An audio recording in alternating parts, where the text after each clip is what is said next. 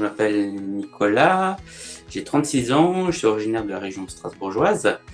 Donc je suis atteint du spina bifida. Et puis la petite particularité, c'est que je suis aussi malvoyant. J'essaie un petit peu d'appliquer la phrase de Coluche. Dites-moi de ce dont vous avez besoin, on vous expliquera comment vous en passez. Voilà, donc c'est un peu ce que j'essaie de faire, par exemple, par rapport à la vue, par rapport aux différentes contraintes, les sondages urinaires et tout ça.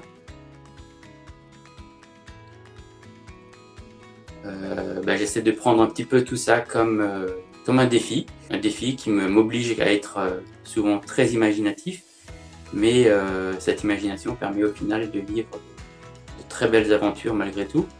Et c'est pour ça que j'ai créé la page Nico Andy Routard, parce que je trouve que c'est intéressant de donner une image positive aussi du spina bifida et du handicap en général. La première des expériences, ça a été un passage sur le chemin de Saint-Jacques-de-Compostelle.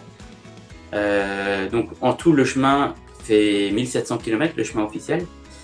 Là, personnellement, dans un premier temps, j'en avais fait 300 km et pas tout seul. Un an auparavant, j'avais une autonomie de marche qui était d'à peu près 3 ou 4 km. Et en fait, pendant un an, je me suis entraîné.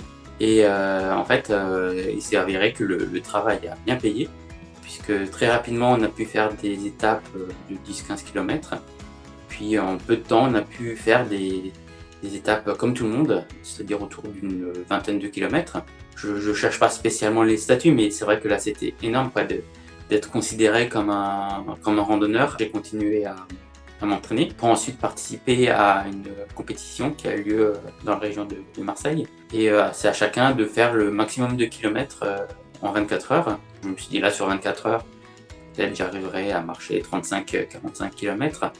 Puis au final, j'ai eu la surprise d'en faire 79. C'était vraiment un très très grand moment d'émotion parce que c'était la première fois qu'une personne en situation de handicap peut participer à cette compétition.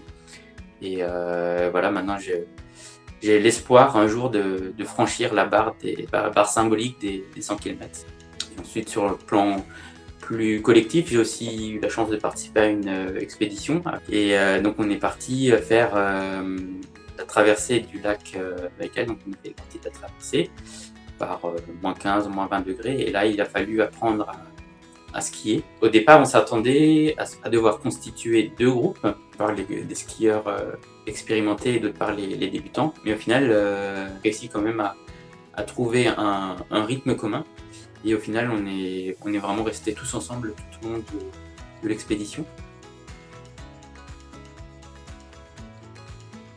J'essaie d'aller toujours plus loin dans l'autonomie, puisque voilà, je me souviens vraiment de tout ce temps que j'ai passé enfermé, et quelque part j'ai envie de rattraper ce temps.